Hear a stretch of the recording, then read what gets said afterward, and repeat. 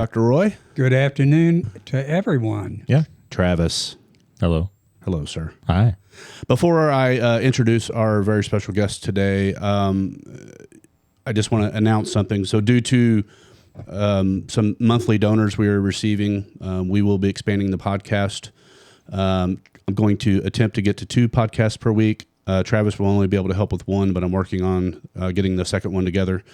Tonight's show is kind of the official launch of that, and we're dedicating it to Bitcoin. So why Bitcoin, you might ask? Unite the Divided was born basically out of the COVID story, and me and Dr. Roy have spent the better part of 2 years, I think, trying to dive into all the things that were going on the medical side. We also have dabbled in tyranny as it has come into purview along the way in some other segments, but medical has been the primary focus that we've done with Dr. Roy. It just so happens that Dr. Roy and Travis both were Bitcoin fans before I became really even. I mean, I knew what Bitcoin was, but I never really got involved into it until it became apparent that as me and Dr. Roy are having these conversations, talking about tyranny, what it means, what humanity can do to fight it, and ultimately trying to go towards human flourishing. And I don't remember when it happened, but it's become very apparent to me that Bitcoin is another one of those tools that we can use together, and we can unite around Bitcoin because of what it can bring to the table in our anti-tyranny toolkit. And so I just want to let everyone know it's my it's an honor to introduce our guest tonight. I was introduced to him via a podcast, the What Is Money podcast. I think Neal was the first one I saw you on. Neal Flesher, welcome to the program. Welcome to the podcast. I greatly appreciate you coming aboard today. Oh yeah, no, thanks for having me on. I'm always down to talk about these things. These are really important issues, and spreading the message and helping inform people to help them understand the reality, the economic reality that they walk through in their day-to-day life. I know you're definitely the most philosophical person I've ever had on the program. So what I'm going to try to do is pretend a little bit to be in the shoes of most people that are going to watch this program. I know depending on the show that you are on, like Breed Love, you guys got deeply philosophical. I definitely want you to go where you're comfortable going and to say the things you want to say. And I'm just going to probably ask some questions to kind of bring it down to how that might interact with us on a day-to-day level. But I do believe, based on everything that I've watched and read of yours, that it is important for people to understand, what money actually is. And, I read your book. Here it is, Modern Chains. I highly recommend, and you'll provide a link at some point, I'm sure, to let people know how they might get that. The Robert Breedlove podcast, well, What Is Money podcast, you can just do a search for that and find that one. And what was the name of the other person that you sat with here not too long ago? What was that podcast name? Do you remember? I did the Honest Money show with Anja, and then I did Once Is Bitten with Daniel Prince. One of them is not quite released yet, but it will be out any time. Correct. The Once Is Bitten should be coming out this week. Is there a way for people to find you? I know you're active on Twitter, so if they want to search for your products and for any videos and podcasts you're doing, tell people how to find you. Just modernchains.com. That's my site. Anything I do will be there. You can contact me. You can learn anything about me. If I do something, it'll be up there. So just modernchains.com. So just to kind of push this off, our this Bitcoin series that we're going to do, we'll explain why and how we might use Bitcoin to improve our lives and our liberties and our to pursue maximal human flourishing. And just to kick it right off, I know you sent me several things that you would like to talk about. Let's just start with the most simple one, and let's say, what is money, and what do most common people get wrong about what money is and how it's being manipulated in society? Yeah, the it's a really profound question, and in terms of just trying to break it down to the simplest way possible, it's just like, you think of a monetary object, think of it like a capsule, a cup, like a bucket, it's like anything that we make, anything that is money is something that we're storing. Like, value is real, right? With your work, you create real value in the world. You direct your energy, towards accomplishing an end, achieving an aim, producing something, and that's how we create real value in the world. And money is basically just this human creation that we invent, and it's a tool that lets us store that value.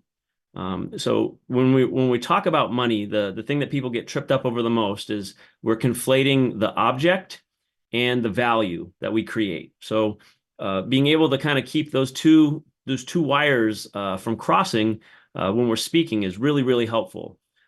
So if you just think of money as this monetary object, a capsule for the value that you create in the world, that you put it into, and then we use that object to transfer and exchange between each other to help fulfill our needs. Like, I think that's the best answer, that you can really, the best way to conceptualize it, and because it matches how you use money in the real world, your day-to-day life. You go around and you need a drink, so you put a dollar into the vending machine, and you get that beverage. You need something, you need some food, you go to the store and you exchange. You worked, you earned money, and then you exchange that for some food to fulfill your needs. So it's just like that's how we use money every day, and it identifies the exact mechanism then, when we get further on to, like, well, how is our fiat, how does our monetary system function, and why is it evil? So being able to keep track of the object and the value is really what helps you key in on and see the error or the injustice that is happening when they print the money. But I don't know if that helps you. I mean, and this goes, you can put all the philosophical stuff aside. Like, this goes back to Aristotle. This is like, this isn't just some theory, some economic theory that, I created or anybody created. Like, this is just like the natural economic realities, the truth of human interaction with each other. So it's not really a theory. This is just economic reality and how money works in reality. So I don't know if that helps. And one of the things question. It does, yeah. So, like, one of the things we talk about regularly on our program is education and our educational systems and what they've done and not done to properly prepare humanity to understand these concepts.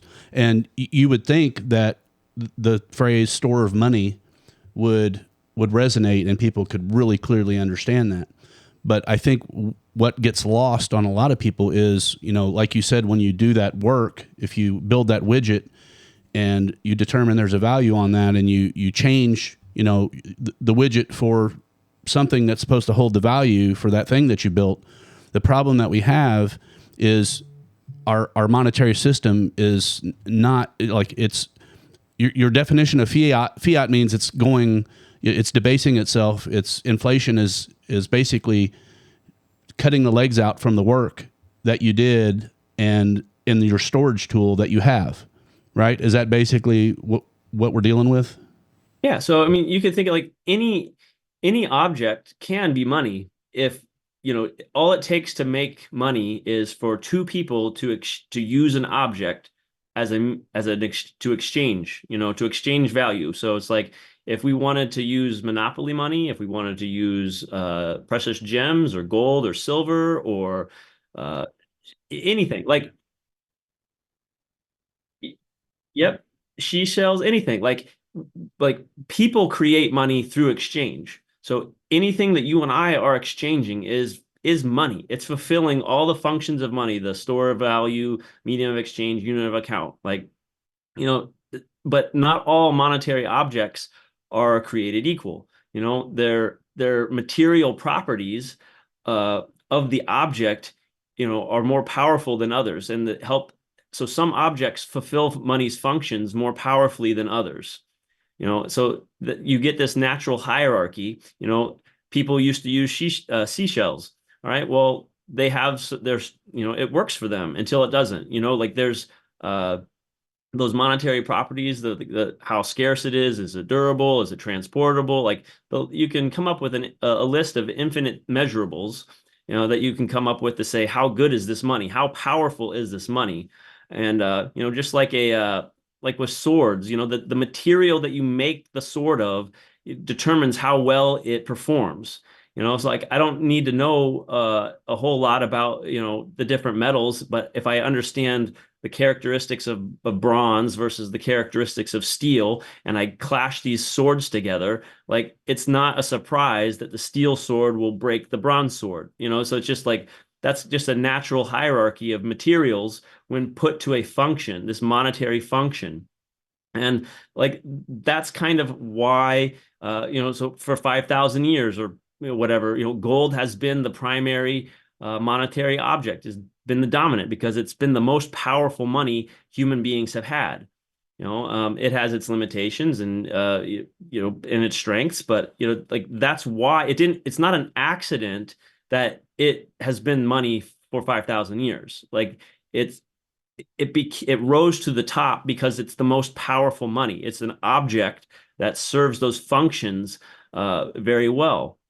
So it's just kind of like when you, so it's kind of this idea that like, yes, it's subjective, like money is subjective, that it takes human beings to create it. You know, if there were no people, there would be no money, you know, like that. It takes the act of human beings exchanging those objects to create money. Um, but the power of that money, how well it functions, is determined by those material attributes. And so it's just kind of looking at those, and that helps you understand, you know, kind of how the history of money and how people have used it over time, and you can understand why, you know, things have developed as such. You know, it gives you the context then, so where when you look at, say, okay, well, in 71 we, you know, basically threw all that away and we just went to this whole new system of fiat, where we're not creating the money through any actual like work. There's no you know, the marginal cost of production to make one more dollar is basically zero. You know, that's a whole new epoch. You know, this is a whole new paradigm that of monetary policy that we've entered into, and the ramifications of that are significant. You know, not just from like a technical economics side, but like it basically flipped the entire moral foundation, the ethical foundation of the monetary system. And this was the big insight that I took, you know, from doing the research to write this book, is that since back in Aristotle, he understood that all economics comes from ethics. You know, like economics presupposes an ethical foundation. So you can kind of think of it like what kind of like what physics is to engineering, ethics is to economics. So if you understand the ethics, you will understand the money. If you understand the physics, you can understand the engineering. It's like that's kind of the corollary to why I am so focused on the ethical part, because that's like I mean, it's just a huge fulcrum to help normal people understand this overly complicated, I don't know, I would just call it this economic hellscape, which is you know, our day-to-day reality. When you look at all the charts and you look at all the numbers, it's scary, it's super complex, and it's hard to wrap your head around it for a normal person. But if you can start to understand that, well, what's driving this is actually the ethics. This unethical, immoral, evil money is actually the thing that's causing all these, you know, negative, adverse consequences. It's like, okay, well, I don't know, it helped me understand that. And I wrote the book to try to help other people get that same kind of clarity. And so we can look outside of our world and understand what the government's doing and understand how we're interacting with each other. And actually, I don't know, just if that makes any sense. Yeah. Really, really good sense. And so before we go forward, let's back up a little bit. We don't always, like when guests come on, I don't always really talk about their background or necessarily, where they came from. But your background is fairly different and I think significant to anyone listening, I believe. And so I would really like you to explain kind of where you came through. I know you were in the military. We could talk a little bit about that. Kind of how do you go from being in the military to primarily focusing on Bitcoin as the sole source of kind of, what it sounds like it's really completely what you're focused on at this point in your life. And I'd really like to understand, how you got from, into the military and then to where you are today. Yeah, I mean, so I never really focused on the economics part of it. Like I don't come from wealth or anything. Like I don't know. It's just kind of you just kind of work day-to-day subsistence. Like you get by, you get what you need, and to make it through. So like for me going into the military, like that, my whole like I knew that I needed to go to college to have any chance at having a good life, right? That's what the propaganda that's what we're told. So it's like, well, how am I going to pay for that? Well, I don't know. I'll go enlist in the military and use the GI Bill to go pay for school. Like that was my plan, was my idea. So I was a little infantryman, running around doing what I was told, just working hard. And kind of school fell into my lap, the opportunity to go to West Point. You know, it it was kind of was like, okay, well, that's a big commitment as far as time goes. So now I'm gonna have to spend a lot of more years in the military than I originally planned to. But I figured it was such a good opportunity that I had to take it. So I went to West Point and learned about leadership, and I did pretty well and was top quarter of my class and secured a slot in aviation. So I got to go, you know, learn how to fly an Apache, and that's super cool and amazing. And I love those experiences, and it's great.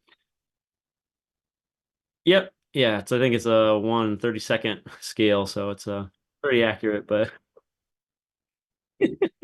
yeah, but yeah, I don't know. In the Army, right? Is that right? Yeah, I've always loved philosophy and loved the idea of like thinking about thinking. And so I had the chance to go, study that and I don't know, just pursue what I loved and pursue what I was passionate about.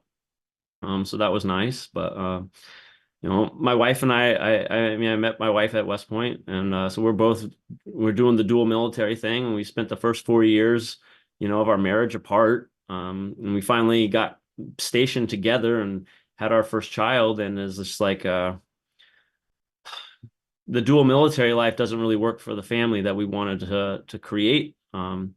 So I ended up getting out as soon as I could. Then I went back when I got out. I went back to get my master's in philosophy, and then basically after doing all the philosophy and not really knowing like what exactly to do, is just like uh, I realized that my understanding of money wasn't really sufficient wasn't at a sufficient level to kind of fulfill my duties as a father and a husband.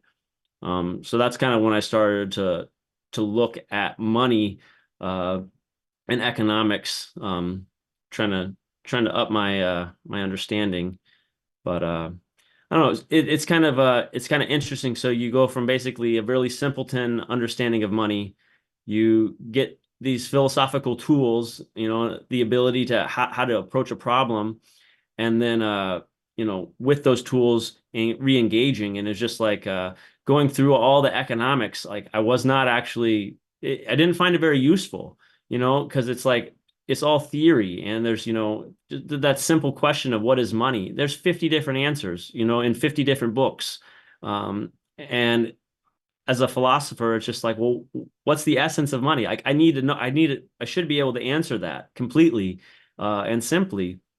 So it's just kind of, it was through the philosophical lens that I started to analyze the economic reality that didn't make any sense to me.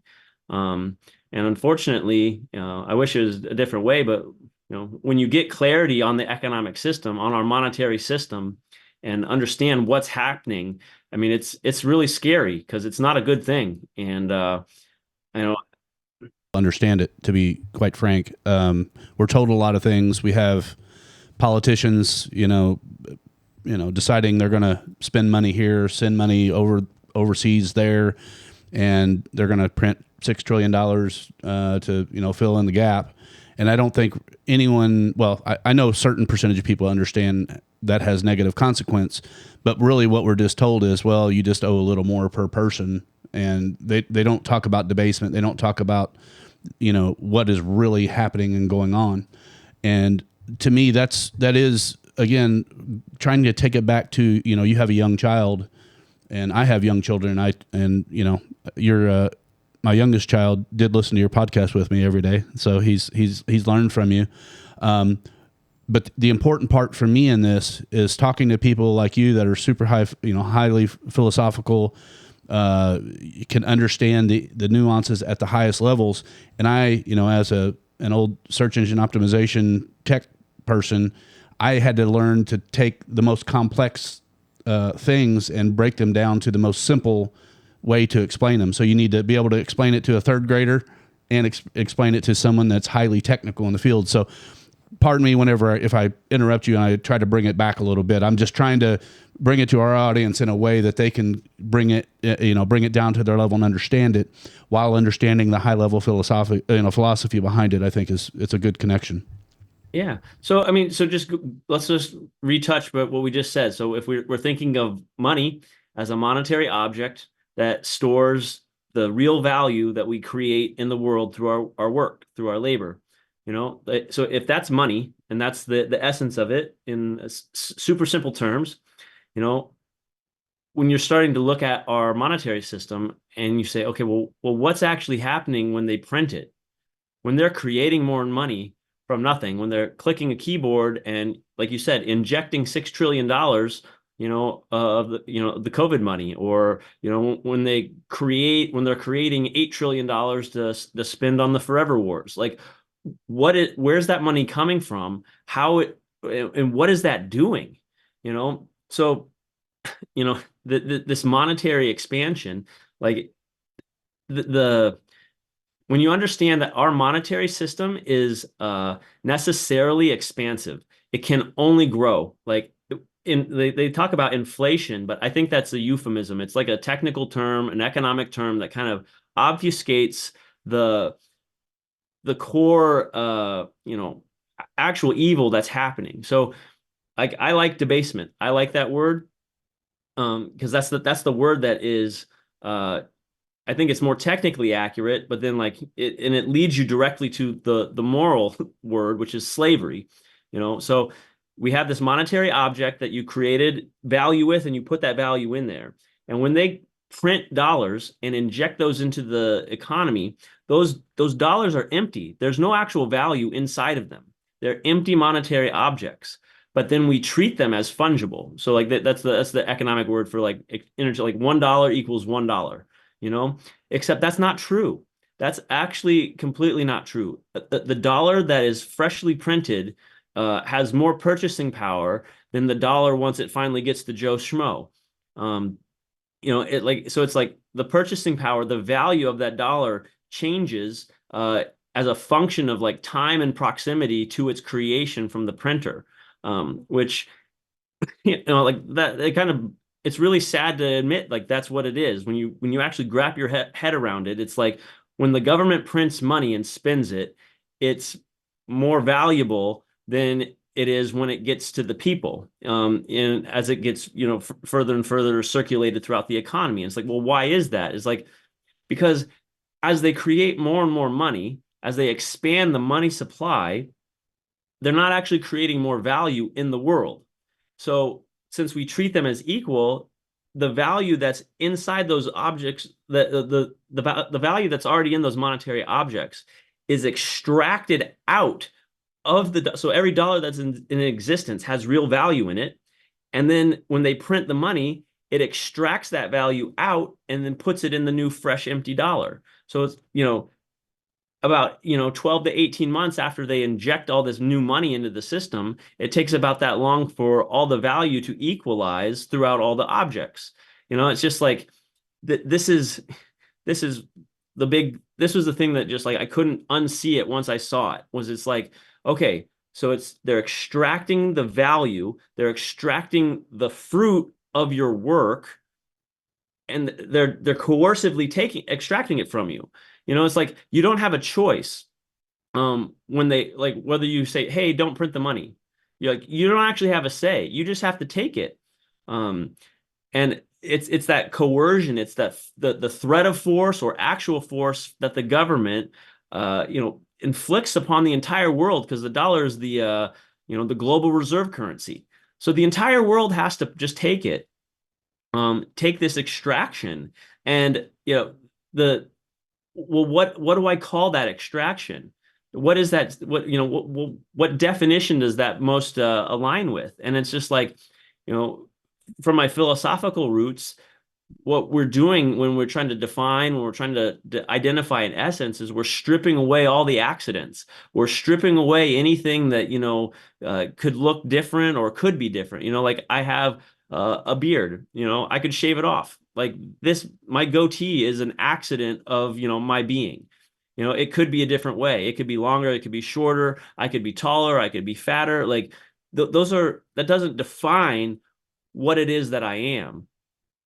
So when you strip away all the accidents of this extraction, you realize, okay, well, that's literally the formal definition of slavery.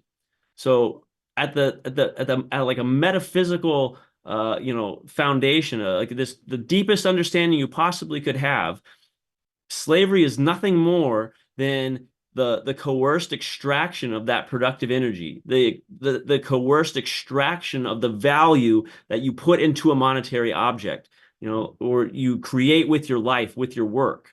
And it's just like, that is, if your next door neighbor had a bunch of slaves, you would identify that as evil, as something that needed to be addressed and dealt with. Like, it's not something you would just allow or tolerate. But the extraction of that value from our dollar, it's completely normal. It's like, it's the most universally scalable instrument of enslavement ever designed, ever created. Like, you almost couldn't think of a more theoretically effective tool. So it's like, when you think of slavery as this function, as the process of extracting the value, that's what they're doing when they print the dollar. And that's not, the sad thing is, it's not just the $6 trillion that they inject at once. It's, you keep looking at even how, like, the inner workings of the monetary system. It's like every time you sign your mortgage, or every time a new line of credit is, opened, it's like, those dollars are coming into existence from nothing. And it just drips. Point. And just so you know, we are having a slight technical glitch again. The Zoom meeting is timing us out again, so we'll pause here in just a minute, and then we'll pick right back up. I apologize for that. Yeah, no worries. But I do want to hit directly on what you said, because the first time I heard that, the slavery aspect of it, it really kind of hit home to me, because we've been told for forever that slavery, was certain things, and it happened in a certain way, and we were told that it ended. And I think the big revelation for me in this whole journey and looking at Bitcoin and debasement is, it didn't really ever end, and it really just got shifted. Like you said, the title of your book is a very fitting, the modern chains, because yes, we're not having slaves in shackles anymore, at least not anywhere that we can see. I'm not saying there's not some somewhere, but really it's become we're now shackled to the money system that is stealing from us in a different way. It's not stealing our time in the fields. It's not, it's not at that level. It's different. And I think that's such an important lesson for people to understand and to really, and I'm not saying believe it, I'm saying question, like go through the process of understanding debasement and what it's doing. And then once you get to the basic philosophical level of it, there is no other way around it. I mean, it is exactly what you called it, and it's modern day slavery. But let me do a quick pause real quick. We're going to pause it. Yep, we'll pick be right back up. We'll be right back. And I'll pick you up on signal and let you know where we're at. Sounds good. Sorry about that. We'll be right back.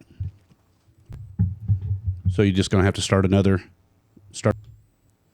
We're on. Sorry about that. Yeah. So where I left was basically, pointing out that the title of your book is, probably gets some people to recoil a little bit, just if once they understand what you mean by modern chains, and it is really modern day slavery. But I think in my own journey, and you said just a few minutes ago, it was a journey that you had to go through. You have to really truly understand what it means, and then it truly is repulsive.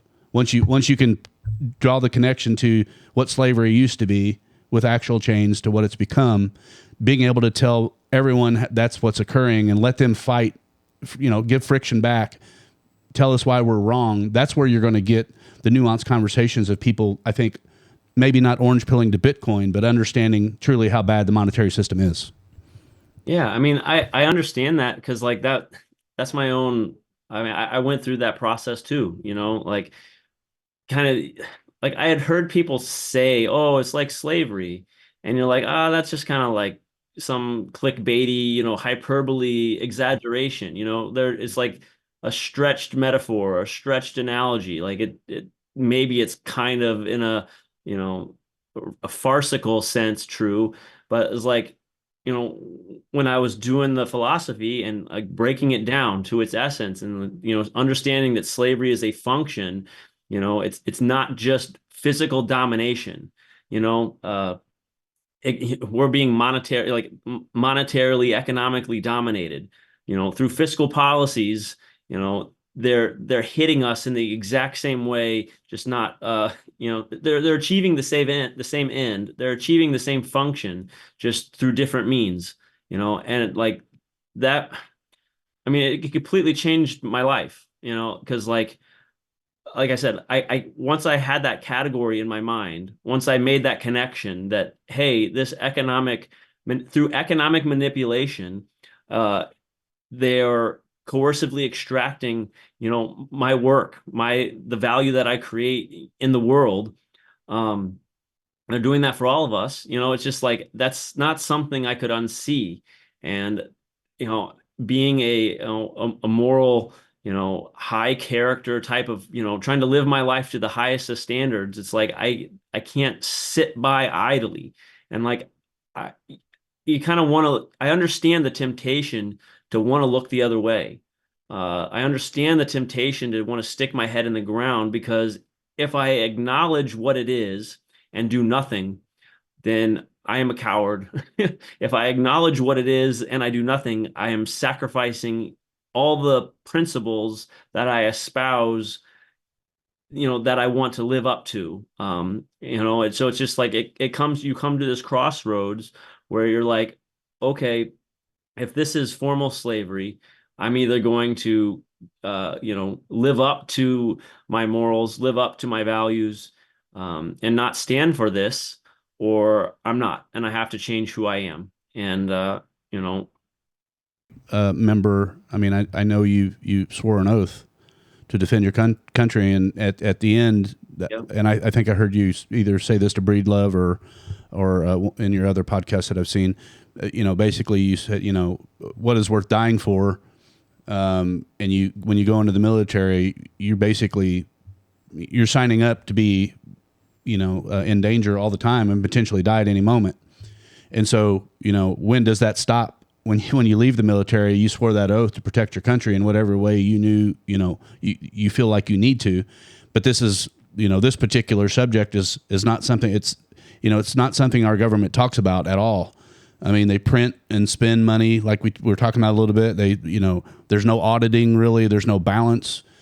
And every time they ship money away, I think people, like you said, they bury their heads in the sand because it's so overwhelming to think about it. And, they don't have a plan to pay it back. So we're just passing that along to our kids at some level. Then you got other people that say, no, we just won't pay that back. We'll just, we'll do whatever we do. And China, China won't get their money. Well, they still don't understand debasement when they say that. I mean, they still don't understand how it's extracting time from us. So I don't know where we go, to explain that any better. Yeah. I mean, it's just, you can just think of it, it's like it's kind of abstracted out, like it goes kind of unseen. You don't see them print the money. You don't see them inject it, but it's like it gets circulated through the economy. They inject it in there through the government program. Like that's like all the entitlements, the government has to spend the money. Like they can print, $100 trillion tomorrow, and it can just, sit there in an account, with some ones and zeros, and it does nothing. Like they have to actually put it in people's hands.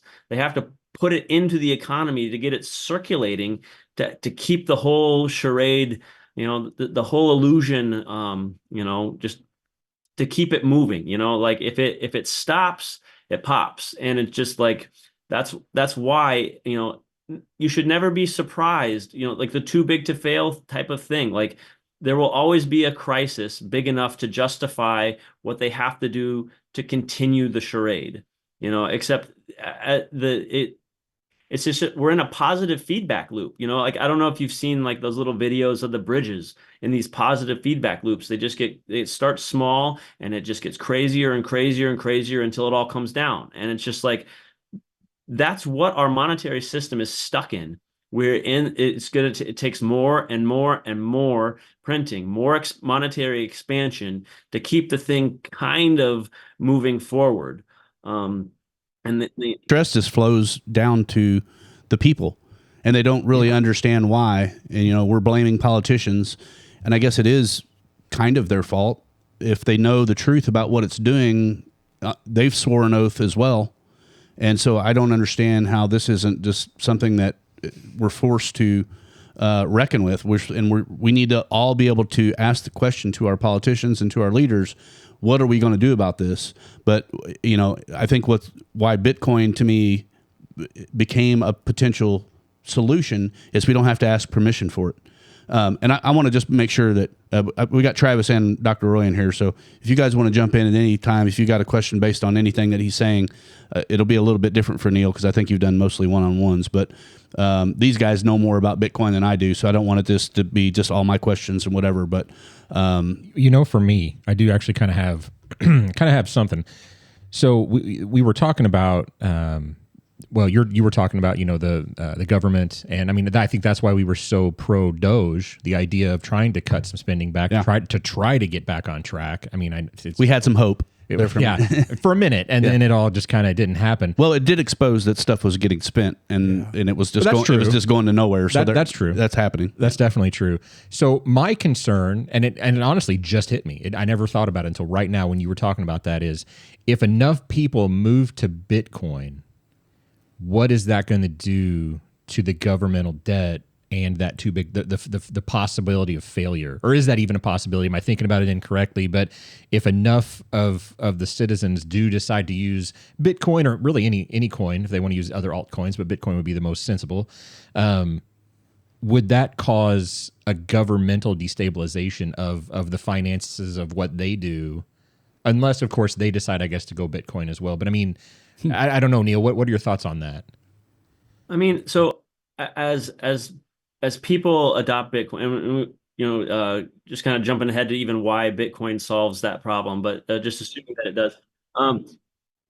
Yeah, but to answer that question though, so it's like, as individuals, as families, start to move to this Bitcoin standard, start to protect themselves from debasement.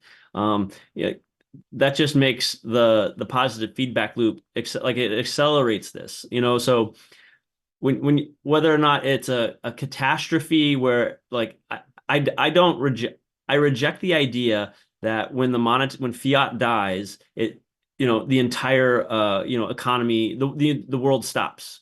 Like I do not buy that for a second, because in one sense we've already had a test case of what happens when you completely invert the electricity through the surge protector or whatever, like run with that. And not like in 71 we went from gold backed dollar, and then we just said JK LOL, we're just going to throw that away. Like we're just going to completely invert the relationship, and now we're just making it up. And did the world stop? It's like, no, they just like people. We have needs. Like going back to Aristotle, money is this token of need, this thing which we use to help. It's a tool, and we're going to continue to use money, even if that whatever that money is called or the object we're choosing. It's like we're just going to use a different thing. So I think as people adopt Bitcoin, it further accelerate. It just basically fiat is going to just get pushed into obsolete. We're going to make it obsolete. Like it's when we have the Zimbabwe $7 trillion hamburger Happy Meal, it's like, what is that even like? There will always probably be a dollar, until we are completely on a Bitcoin standard. But they're just going to print more and more and more and more and more, and the inflation is going to get crazier and crazier, and more people will wake up to the obvious truth that's happening if you open your eyes. Like the whole point of the book is like, don't trust me, just like I'm just trying to help you make sense of like open your eyes, you look out, you ask these questions, you come up with honest answers to yourself, make it make sense, and then justify it. Why do we let like we're still the government of the people, right? By the people, for the people. It's like, well, why are we printing money? Like why that the when you actually go and start looking at the different writings of Washington and Jefferson, Jackson, like they hated the central bank. Like the whole idea of like there's so many different quotes, and they're killer quotes, and they're amazing, that are warning. They're so prescient of like, hey, what's going to happen if you let this central bank happen? Like, what's going to happen if we do this and that? And like, they couldn't imagine fiat, I don't think. Like, I think they would always think that it's always tethered to, gold or silver. And it's just like, they're playing paper games. I don't think they could have thought that we're going to completely abstract even the paper beyond to just complete fiat. Like there's no more gold, there's no more, it's not tethered to anything. It's just, we're making it up. Like, I don't know if they could understand that. But they were definitely turning over in their graves, if they could see what we're doing. And it's just like, my thing is like, it's super easy to just say, oh, the government did this. It's like, yeah, well, I'm still part of that. I'm a citizen. I'm a person. Like, I have a responsibility. I draw lines in the sand. What am I standing for? And it's just like, so I can't just abdicate all the responsibilities. Like, I have a duty to stand up and say, why are we printing money? Like, I have to fight this. Like, this is slavery. I don't want to be a slave. I don't want my children I don't want this fiat, central bank, thing. I don't want to pass that on to my children as their inheritance. I recognize it. I see it. So I have to try to stop it. Like, that's what my children will get, from me. They say, like, that was the craziest thing with writing the book, was like, every day I was thinking about them writing this book. Every day I'm thinking like, at least they're going to know that I stood up for this. I saw it, and I loved them enough that I would, make this my fight. Because like, I think that the money is, that's what funds all. Like, we can go down and talk about all the different social, cultural, flower petals on the street. Like, I'm trying to get at the root, and when you can print the money and fund all your bad ideas, and you can just print money and try to carve out, special interests, and like, it's just like, I can't do that. I can't sit here and just say it's okay. like I'm just a guy.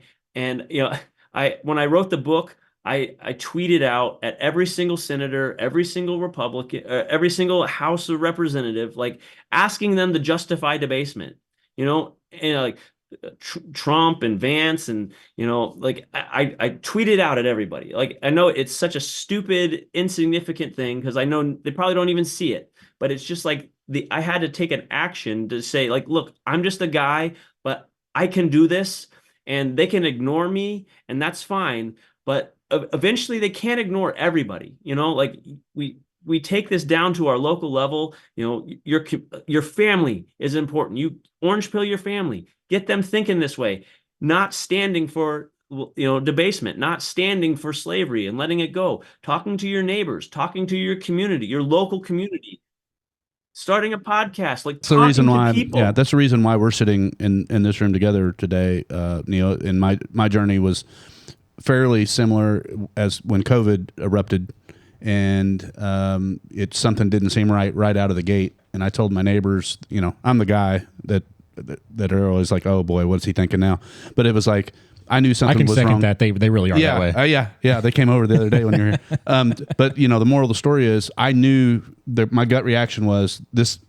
We will never be the same again. Mm-hmm. And I don't know if that was going to be good or bad. I just knew something was really evolving. And then, because it was, I had a great relationship with Dr. Roy, and I started reaching out to him very early in COVID.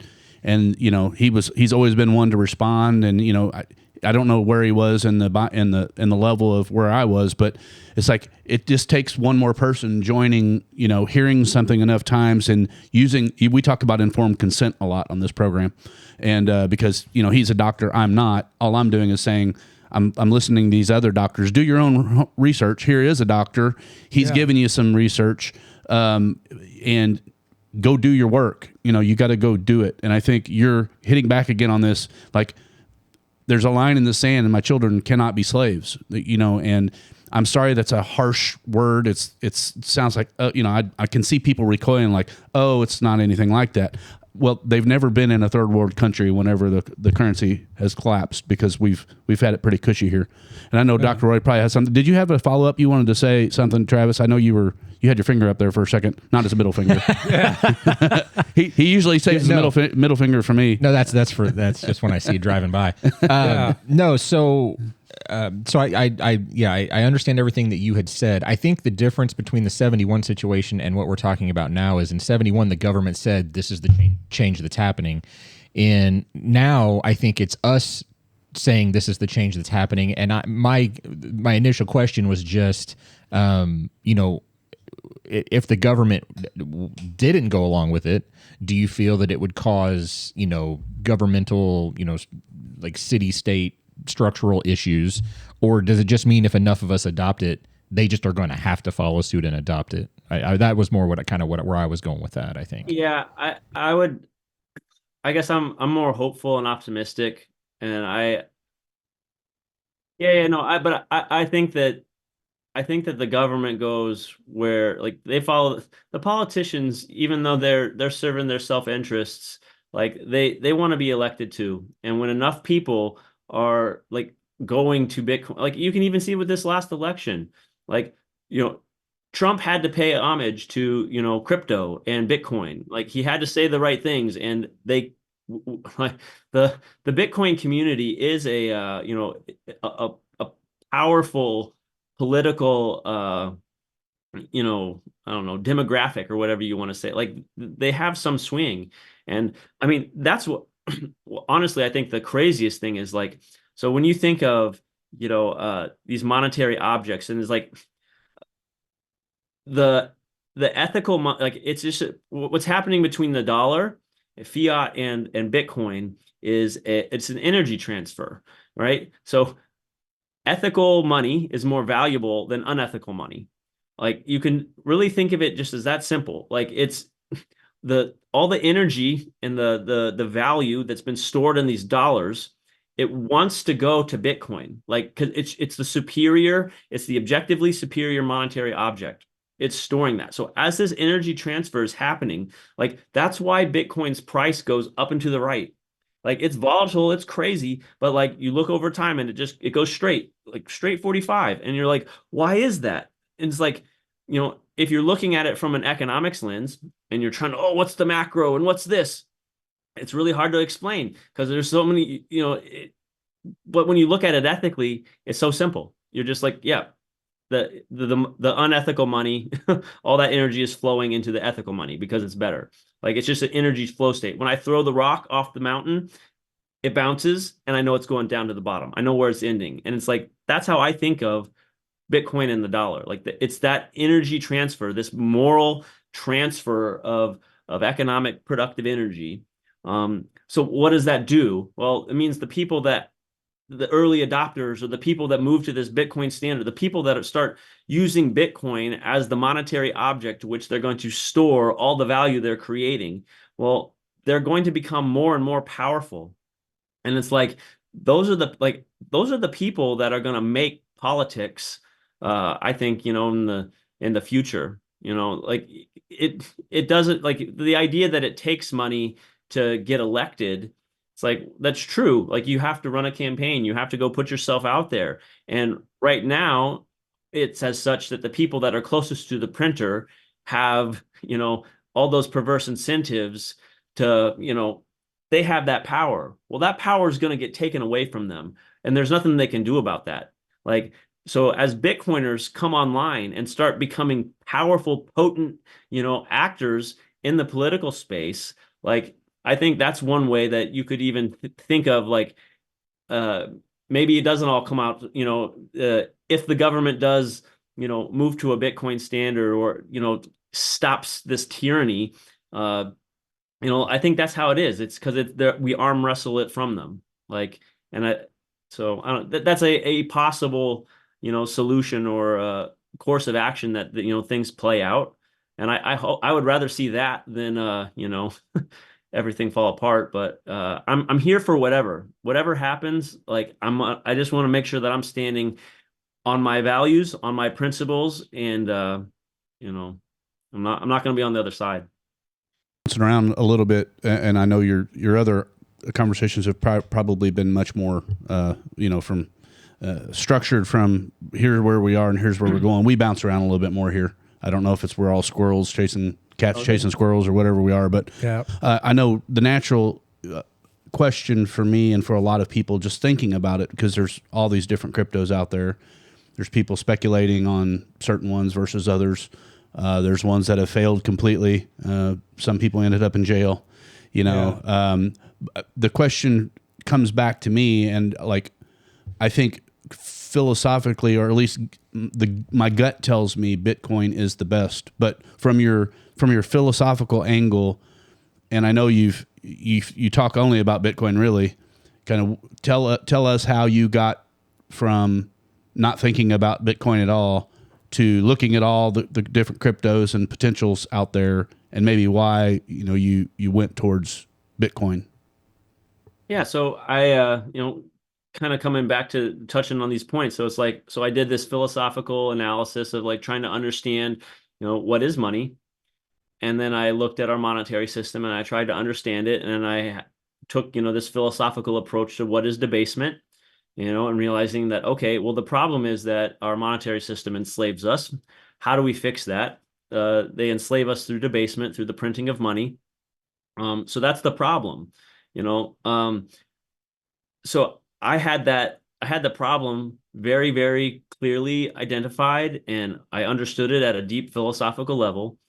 And it's with that understanding in that context that I first look at Bitcoin and start looking at, well, what is Bitcoin? Well, Bit it wasn't really even so much of a calculation. It's not like I sat down and was like jotting out all the numbers and doing derivatives and this, that to say, Bitcoin is going to be a good thing, a good investment for me, or this or that and the other.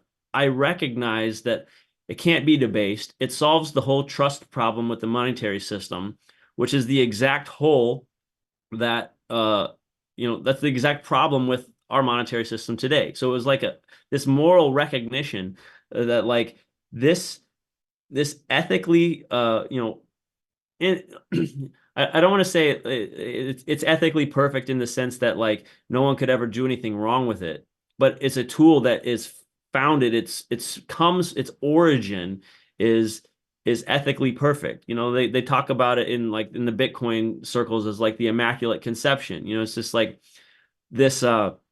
Satoshi released it into the wild. Like it's just like there's no CEO. It's just literally immutable code. And it just that's it. So it's this idea that all the principles which make a moral money are hardwired into the protocol itself.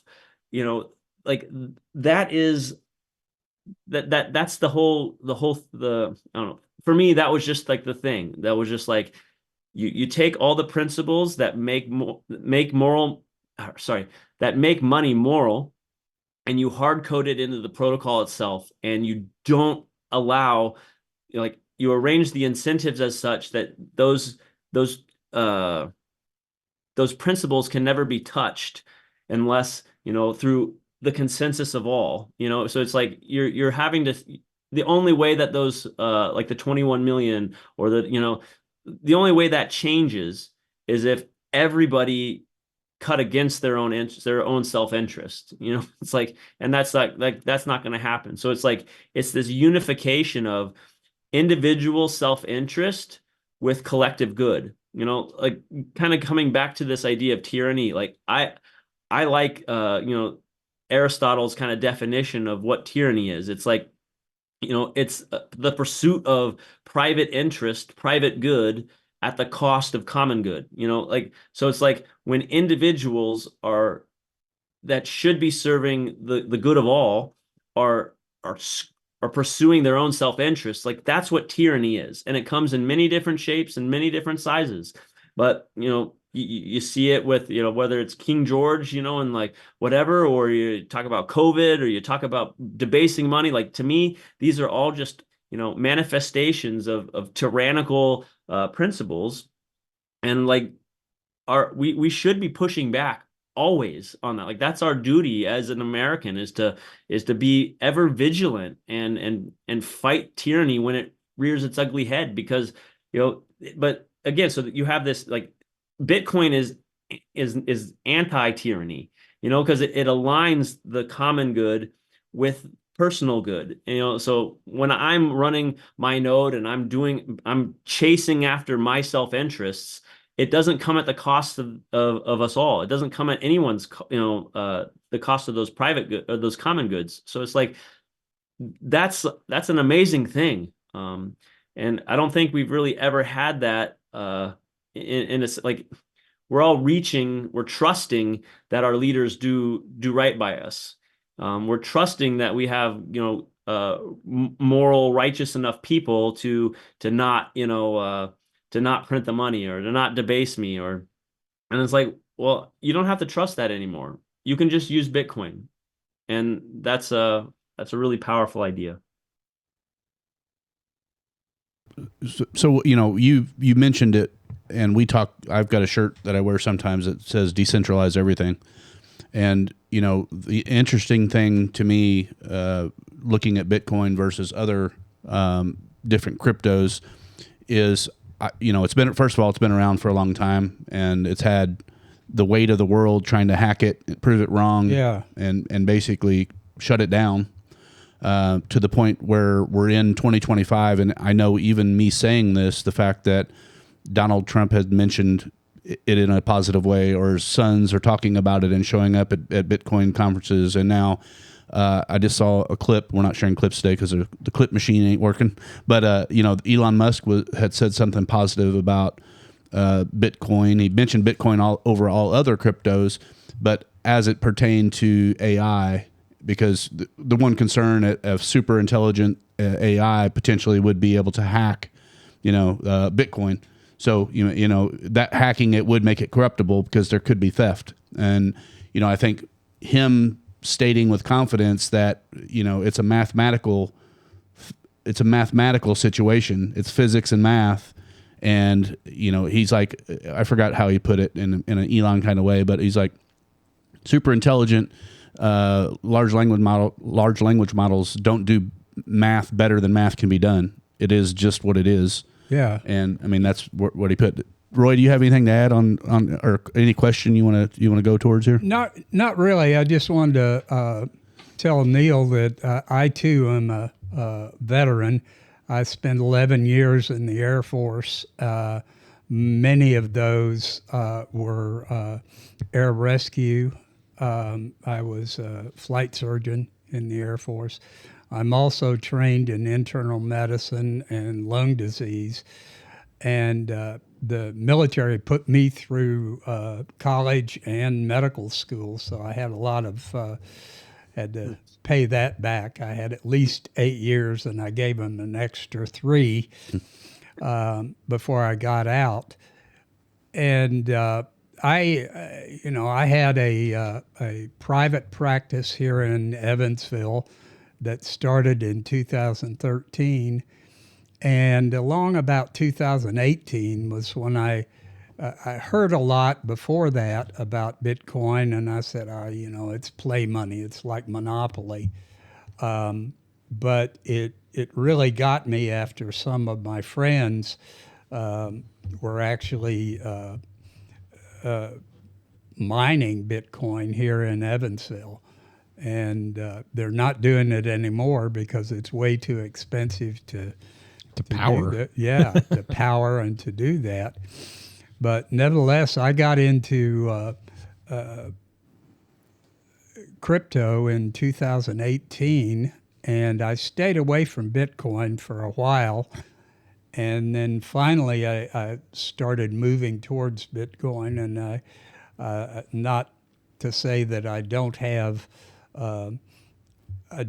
some other altcoins, but more than half of what I have in crypto is now in Bitcoin. And I look. The first thing I do when I wake up in the morning is go and see how my Bitcoin's doing. So, and actually, when I bought the Bitcoin for the first time, it was when it was at a deep drop, and it was like $16,000 per Bitcoin. So I put some money out on that, and it's done very, very well for me, as have some of the other altcoins. There are some of them that are trash, and I was just thinking as you were talking about that, should I get rid of my trash coins and put those all into Bitcoin? So maybe it will. But, I got a lot of pushback during COVID from people saying that you must do this, you must do that. And since I was a solo practitioner and I was not being employed by any of the hospitals in town, I could pretty much do what I wanted.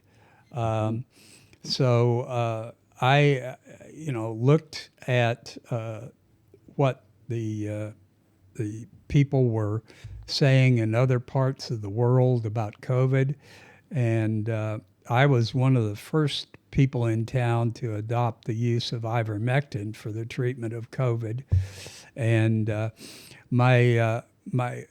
have 100% on my my treatment of COVID with ivermectin. I've treated over 150. It's probably getting close to 200 now with ivermectin. No one has been hospitalized and no one died in that group. So, Chad jumped on me, and so did Travis, a long time ago about vaccines. Polio! That was polio. Neal doesn't get that inside I joke. know. Yeah, but it turns out that polio is still around. We've just made different names for it. And didn't I send you that? Yes, you did. Yeah. So there are different names for polio, but it's still around. and their polio per se is almost completely gone in the Western Hemisphere, and there are only a couple of states that have those, not in the U.S., but that have true polio, and that's Afghanistan and Pakistan. But then I've also seen some of the damages, particularly from the COVID vaccine, that can come on, and I think it's best for me anyway to be invested in.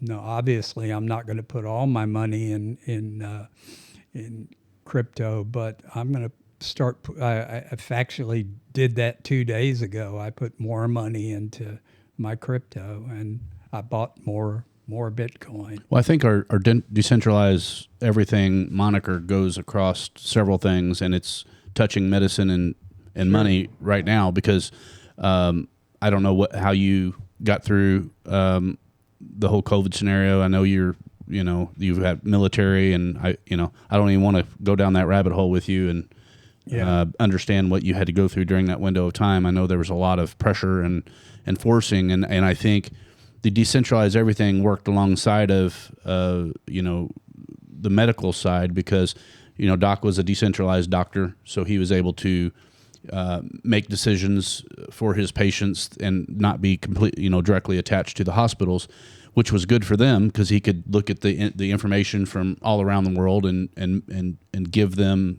what he thought they need to do. And I think the same journey needs to happen with money and with what we're told about what money is, and that we have to rely on the big banks. We have to rely on centralized power and the dollar per se. And I don't know if you can see it, Neal, but I am wearing Infinity to 21 million today as my shirt of preference. What philosophically have you done? Can you elaborate a little bit on why 21 million is a number that Bitcoiners talk about versus maybe other cryptos that might not have that as a backboard, I guess might be the way to put it. Yeah, I mean the other cryptos is just like, so when you understand that Satoshi solved for trust and put the trust completely out. So all those other cryptos, you're trusting that they are managed by people, to your interest, to the interest of all. And it's just like, this goes back to, Plato and Socrates, in the Republic. Like he's talking about, with man, the pursuit of, like, when it comes with power and self-interest and tyranny is always at odds. Like there's always this temptation to pursue your own self-interest at the cost of, the common good.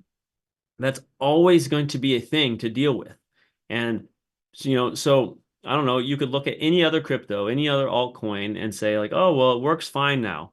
And it's like, okay, but you just acknowledge that there's trust in that equation, and they could change it, and it could turn. Coins have failed a lot. I mean, I don't know. yeah, I mean, they have the exactly. altcoins, they have the meme coins. Like it's just like I don't even know what what category are we classifying, when we're talking about crypto, because it's just like it's infinite.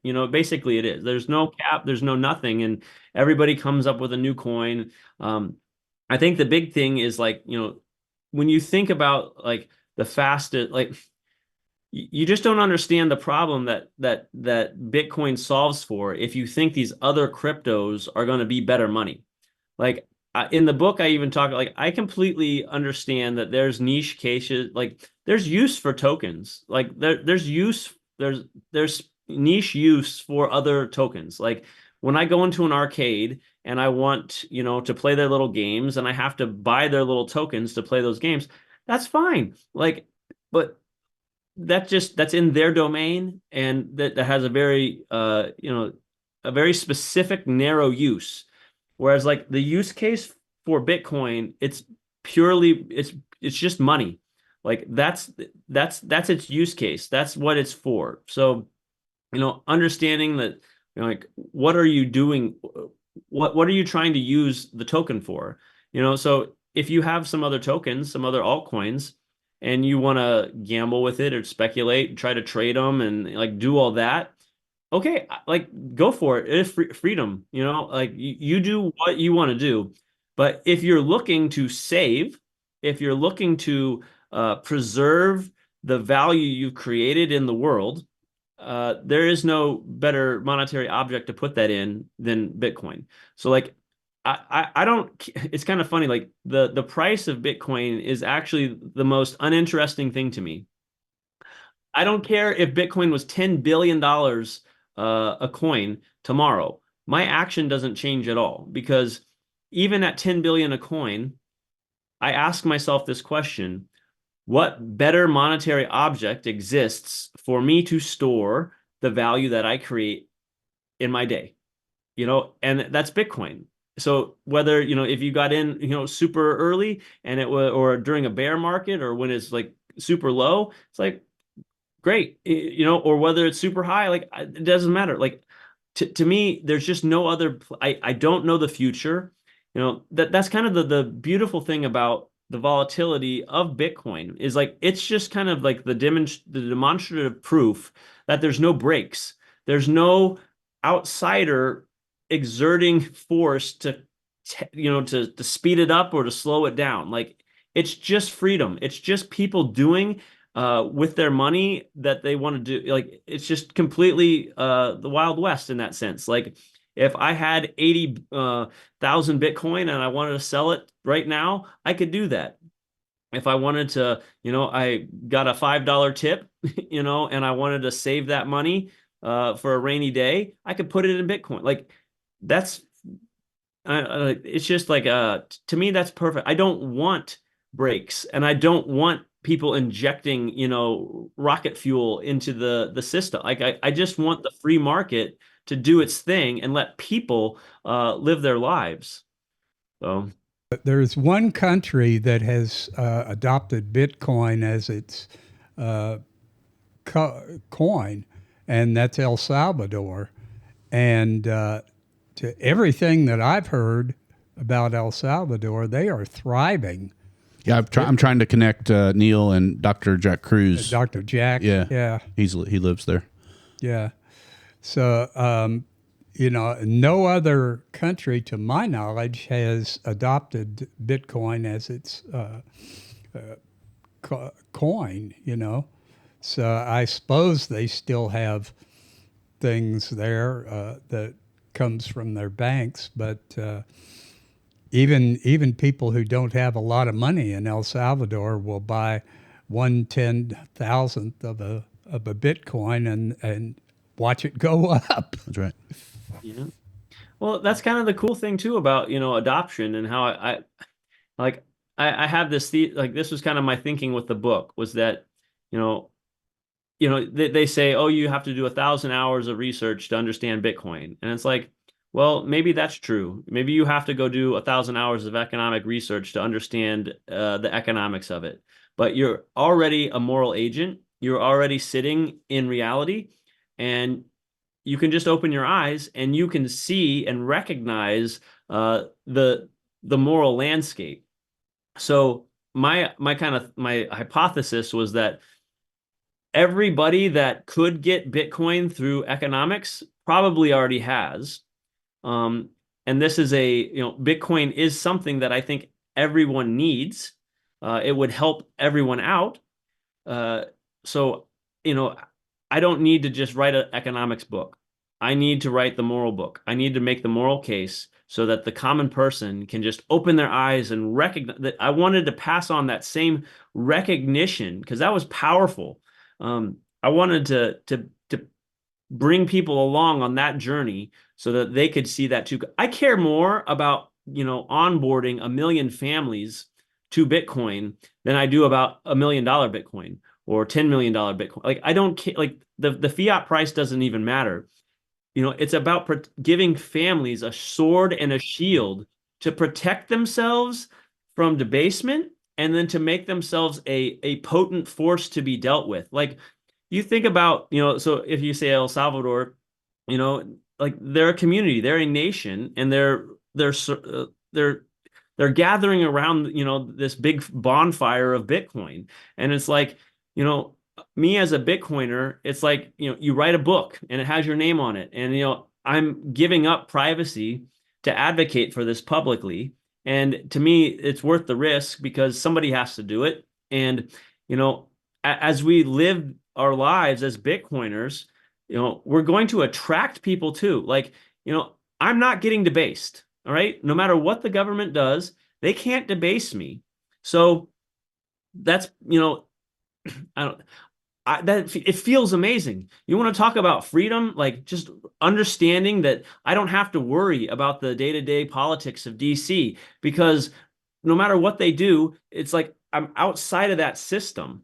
So it's just kind of like, I interact with it. I pay my bills. I still use dollars. Like this is, we're in a dollar world, but like that idea that like I've removed myself from that debasement that gives me an air, like I walk around my life differently. And it's like, I think as we do that as communities, as we come together, like people are going to say, what are they doing over there? That looks pretty nice. Like they're not having to worry about, all this crazy stuff. They're actually, protected from debasement. Like I would like that too. So it's like, I think that's another way that people come to adopt Bitcoin because they want that life. They want a life that's free from the tyranny. They want to just push the money. They don't want to worry about the money printer. And it's like, you can just do that. Like, that's what's so amazing about Bitcoin is it's permissionless. When my well-being, if I'm relying upon the politics in DC to have a good life, I'm going to be stressed out of my mind. That is not going to be a good existence for me because the politics of DC is so far beyond my control that like I would, I don't know, it's just, that's a horrible way to think and a horrible way to be. So it's just kind of like, I don't know. I think there's some really cool social dynamics that are boiling underneath all this stuff too, that I think is really just going to help speed this adoption phase up. Of Bitcoin. I feel like, as a nation, at least speaking for myself, over the last 5 years, it kind of felt like at some point we lost our moral compass. We don't really have trust in our institutions anymore because they've violated us so many times over and over. So then you just get the cynicism kind of build up and like how many times have you heard, well, nothing's ever going to change. It's it's politics. They're corrupt. Like there's hope for me. And it sparked a little bit, and I'm not sure where I'm at on the feel factor. But when Maha kind of joined with Trump, and again, say whatever you want about Trump, care about Trump or not, I don't really care. The Maha movement, and I know me and Dr. Roy and Travis talked about it a lot, really gave us a lot of hope that things were going to be getting exposed and things were going to change. There would be more transparency. There would be a place to start trusting again. And I don't really feel. I mean, just morally, I think if you and I, if you enjoyed this conversation enough and we decide to do it again and again, I think for me is, inspiring kind of that same feeling through Bitcoin that came through Maha and why everybody kind of evolved around that. I mean, I know it's easy on the Bitcoin side because once you're orange pilled, you don't even think about it anymore, right? You're just doing the next thing that you think is going to advance Bitcoin. Whereas you said to your point, I don't care if Bitcoin goes to 1 million or 1 billion, if I can bring 1,000 families to it and teach, and inspire them in a way to go towards it. I think that's that ignition. Usually it takes something that's super painful. In the Maha movement, the super painful thing was COVID mandates, lockdowns, forced jabs, the fallout from all that. And then, us seeing some other things uncovered. I think part of this, you're doing the exact thing you need to do to get to the moral argument of it. And then some marketing needs to kick in on the Bitcoin side and make it to where more people kind of understand it at a visceral level. if that makes sense. Yeah, to your point about like, using COVID as the example, like COVID woke a lot of people up. And like you can also just look like at people were moving from bad, states that went crazy to states that didn't go crazy. I think that same type of thing is like, people will say like states are adopting, strategic Bitcoin reserves and this or that. Like they're trying to do things. And as a state, at a local level or at a county level or a state level, as they start implementing things that, that respect people's dignity as human beings, that, are anti-tyrannical, that enable prosperity, like people are going to move. They're going to move to those places because that's what they want. Like they're looking for a better life. They're looking for a way that they want to live. And it's just kind of like they'll vote with their feet. And so I see this as all like they're all connected. Like we're all trying to understand this reality that we live in, and we're trying to get towards truth and to live in a way that we can, pass on a better life for our children than we had. Like that's a very human thing, and for all of time. So it's like Good as I had, at very least. I mean, that's where I feel like we've gone in such an opposite direction that it's not just I want them to have I don't know how it gets better for them without something like Bitcoin, right? I mean, because it has to be a complete reset of everything that everything is based on. And the 21 million, for those kind of new into this journey, 21 million is the only, there will only be 21 million Bitcoin ever in existence.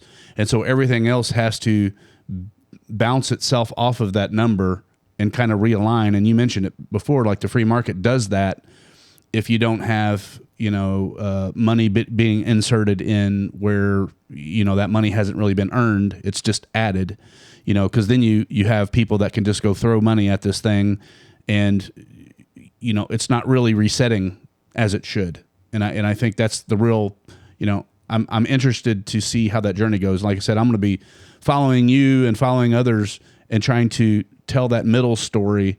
I like the nerding out on the philosophical side, but I also like getting down to how can I tell my 80-year-old dad a story that he can understand that makes him adopt it. And I think our kids, just to kind of round out this part for me, is our kids are going to be much more malleable to adopting it because they're already digital. They're digital everything anyway. That's the way they, they're attached. So I think. I think the next wave of humanity is our kids will adopt it pretty fast. It's the parents right now that are kind of in the way. Yeah. At least it feels that way. Travis, did you have any points? And I know we're going to get to another segment here. No, I'm actually I'm doing a little research right now to look on us all buying our own node so that we can all run our own nodes from our houses. So how about this, Neal? What you've created the book. You sent me another thing, and I don't know if you were wanting me to publicly say anything about the add-on to the book that you sent me. Do you want me to say anything about that? Oh, yeah, you can talk about that. That's fine. And I went back and listened to Breedlove again and found out you were from Kansas. So ironically, you create a spoof on the Wonderful Wizard of Oz, except for Neal called it the Wonderful Wizard of Lies. And so tell us a little bit about that, why you did it, and kind of, I see it as a companion in a way. And I haven't, just be honest with you, I haven't gotten all the way through it yet because I was prepping and going back to the old podcast or whatever, but I got the highlights, but I just want to kind of, why did you do that and what does it mean to you? Yeah, so like it's kind of funny. So it's the allegorical companion to modern chains. And it's just it's funny because I was talking with my publisher and we got talking about the Wizard of Oz and how it's a monetary allegory, from a different time. And even though they were fighting the same principles, like the same principles were in play, they just had different monetary objects at their disposal. And I was just telling him, I was like, yeah, like I would write the updated, I would update the allegory to our modern times if I wasn't like the worst narrative writer in the world. And well, he was just like, well, why don't you just have ChatGPT do that? So I was just like, well, that's there's a tool at my disposal. So I was like, I don't really like to think of it like I wrote the book, but what I did was I directed it. Like I took uh I took the original, Wizard of Oz, and I took Modern Chains and I put them together, and I connected I made all the connections, the all the allegorical, like ideas, I put them all together, and then I just, every scene, I just like a director would. I was like, I want this to happen here, and I want this to do this, and I want this to be there, and like I just pretended like I was a director directing actors and directing things, and it just like I don't know, it's just really fun, like it's it's kind of funny because it's so light and whimsical because it's like it's an allegory of an allegory. So it like makes fun of itself. It's just really you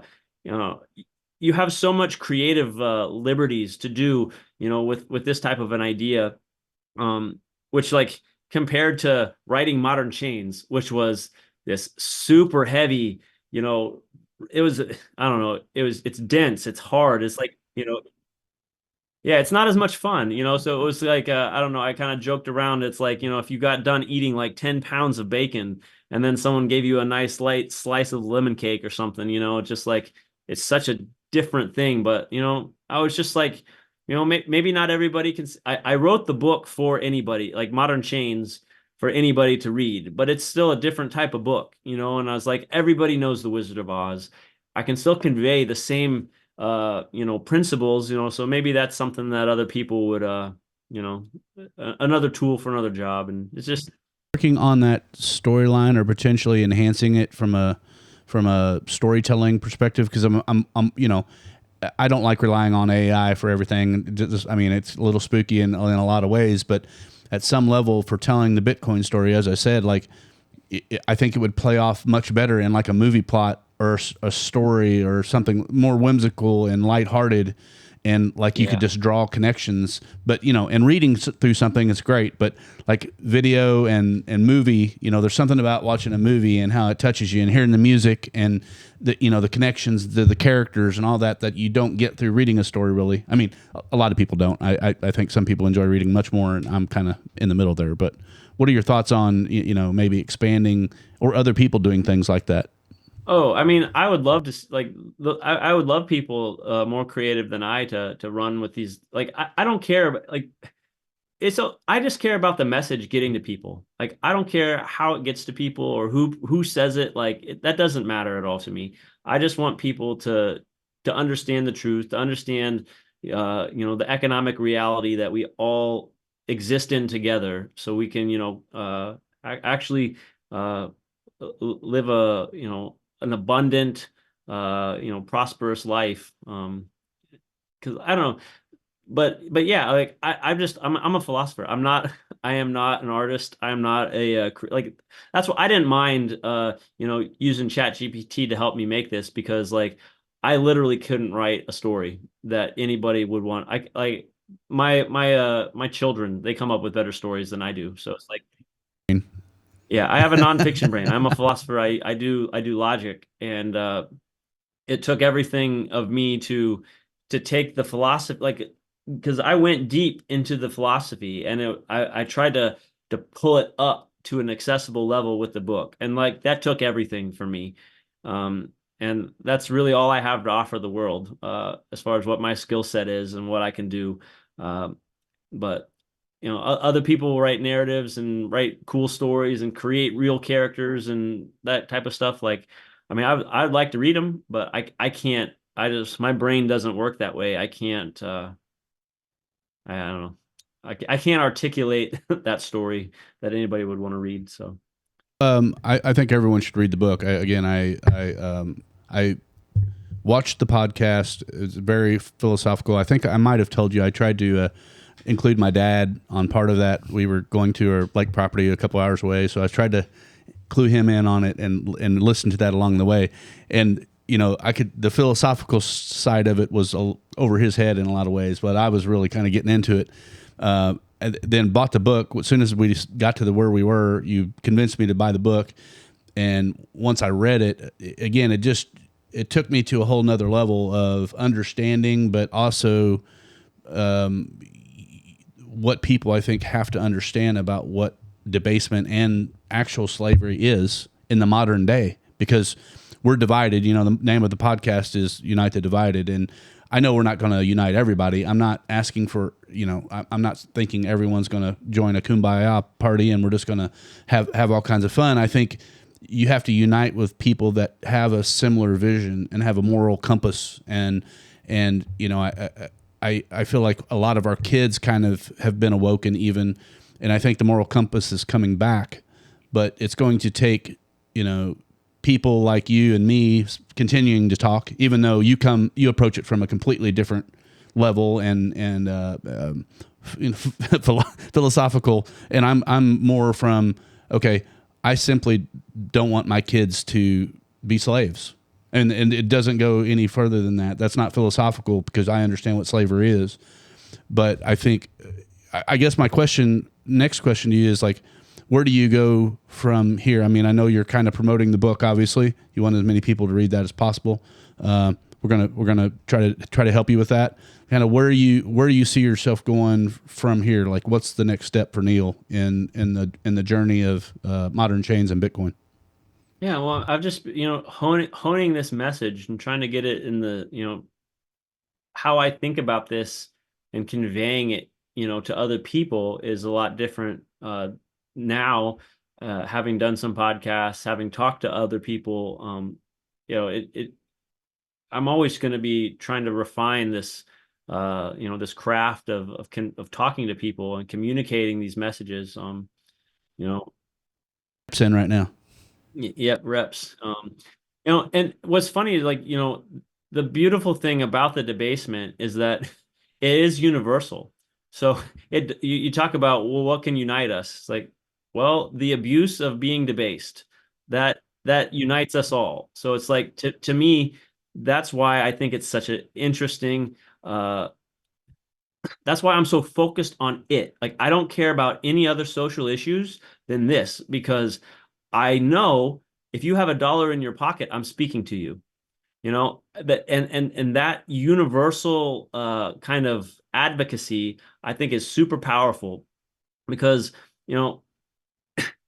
whether or not you're a CEO of some multinational corporation, or you're just bussing tables, like, you're getting debased. And you can say, well, I'm winning the debasement game and I'm close to the printer and this, that, the other. It's like, yeah, you're still a slave though. So if you that's one of the things that I liked about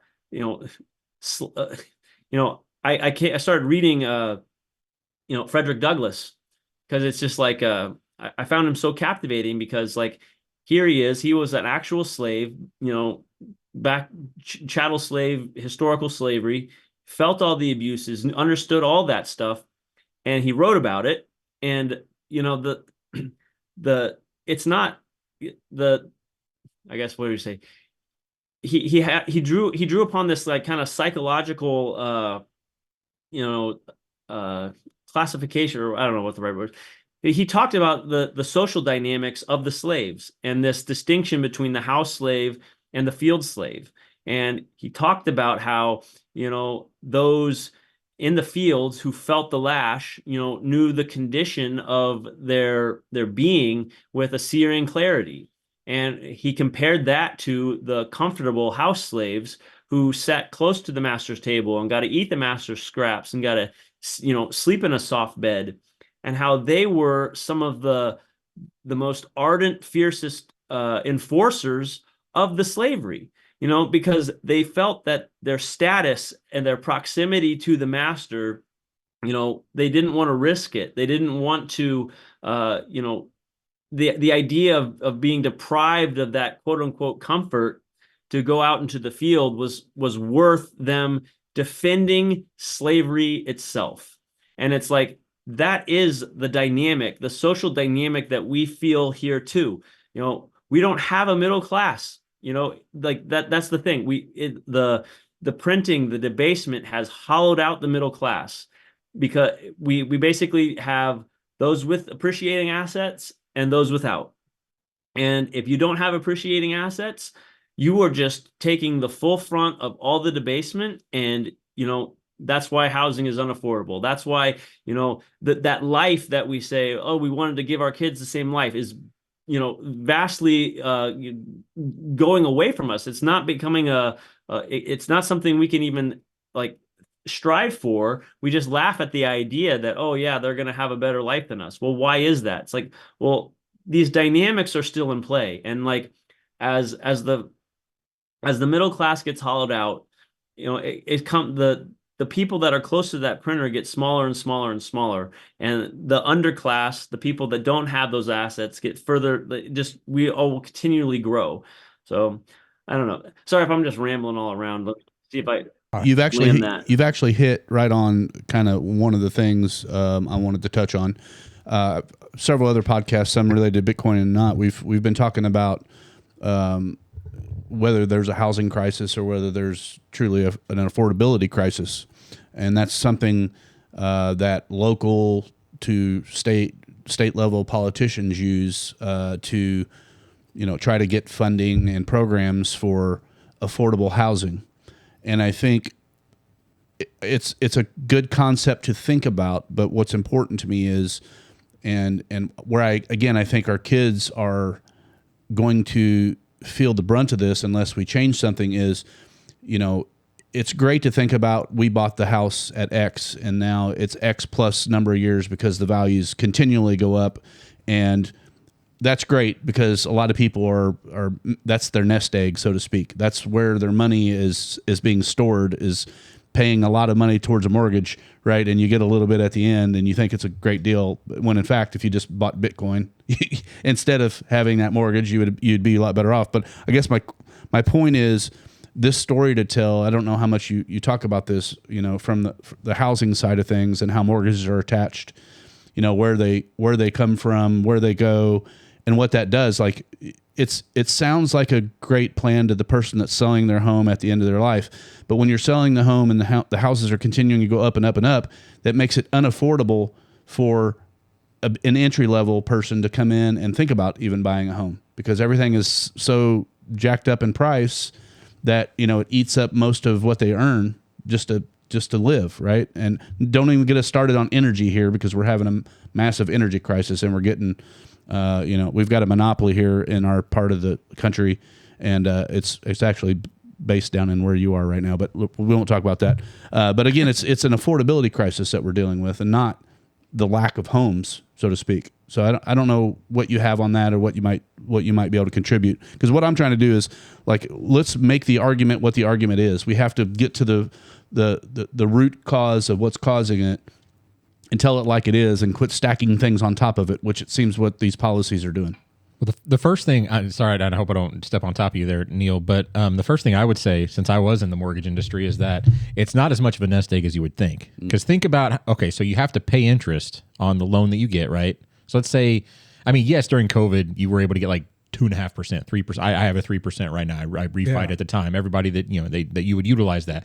But let's say, kind of in a normal world, like 6% is really kind of like where kind of the 5 to 6% is kind of the happy average. Like, the lender makes some money, the buyer doesn't lose as much money. But so let's say you've got a 5% interest rate.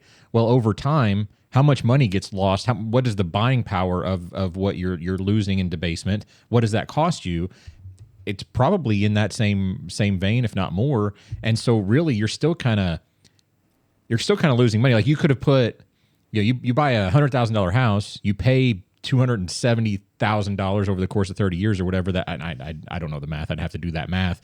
But it sounds about right. It's a lot. It's a lot.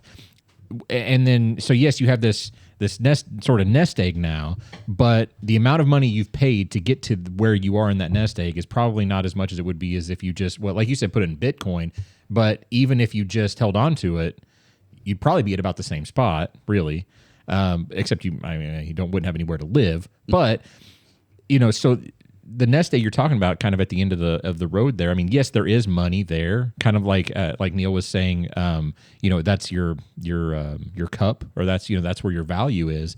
But your value definitely could be better served somewhere else. You could put that money somewhere else. Yes, you have to live, and yes, you're going to have to buy a house and pay for a mortgage. But that extra money that you could put towards, say, Bitcoin versus paying down a mortgage may be worth it. It's a numbers game that I think would be worth crunching. What we're finding, though, the problem is when you sell and you have made money with that nest egg, the downsized houses right now cost as much as what you earned. Like, you didn't really make anything. Yeah. Because You're absolutely. You're downsizing, keeping the same mortgage. Right. It really is what we're. I don't know if there was a question in there or anything you wanted to touch on directly, Neal, but that is a real problem that hits home for everybody around the world, around the country right now. And I just think it's something that this moral argument could go a long way to solve, I think.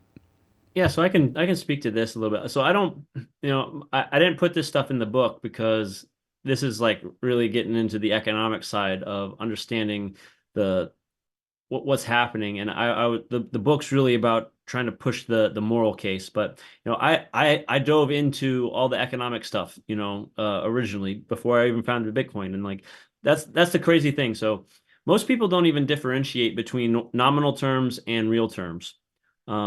So they see number go up of their house and they say, I'm better off. And what's so scary is basically if you put you should go and put the graph of any asset and put it right next to the graph of the money supply, M2.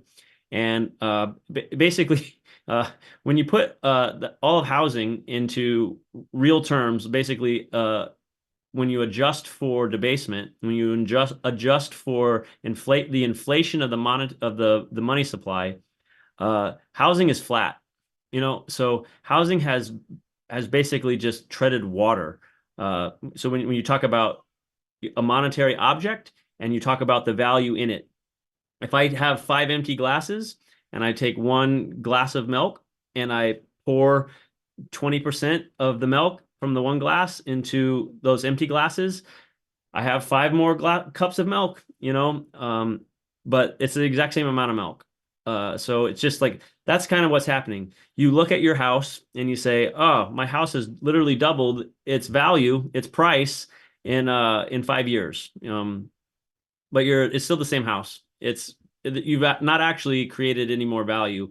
The sad thing is that the house is probably depreciated in real value because it's used. It's been worn down. It's like your house should depreciate, kind of like a car. Like that's a car is a utility. It's something that you use. It's a consumable good. But we've turned it into this Frankenstein savings mechanism because we're getting chased by the tiger of debasement. Like a house should not be a savings mechanism. You shouldn't be putting money into the house to save it. You should just be able to save money. That's a novel idea. That's what you used to be able to do. But we can't do that anymore because of debasement. Because everybody knows that if you have a treasure chest full of cash, in 20 years, you're going to be able to get a Pop-Tart for it. Like we know that intuitively. So, people that have access to credit, people that can get a mortgage do. People that have tons of money buy lots of houses because they're just trying to get out of cash into any appreciating asset. So not only has the housing market been saturated with people they're trying to land bank, they're trying to house bank, they're just trying to buy anything. So we have the value of the house, plus we've injected this like huge monetary premium on top of it because it's the only way that I can shield myself from debasement. And it's like that's why the housing is unaffordable. That I put the stats I think in the book, but it's like when you look at when you price things in hourly wages, like medium hourly wages, like that's a really cool indicator. It's like, basically when you adjust for debasement and everything, what a boomer the amount of value that you could could work a medium wage job between 1970 to 1980. So basically all the boomers, the amount of value they were able to accumulate in a decade of working out of, from your 20 to 30s is like 7 to 8 times more than what, a Zoomer today being 20, what they can accumulate in those 10 years. So it's like a boomer could work to buy a house, but that same purchasing of that house literally would take the Zoomer 70 to 80 years to accumulate. So it's just like, that's this difference. It's not just work hard like I did.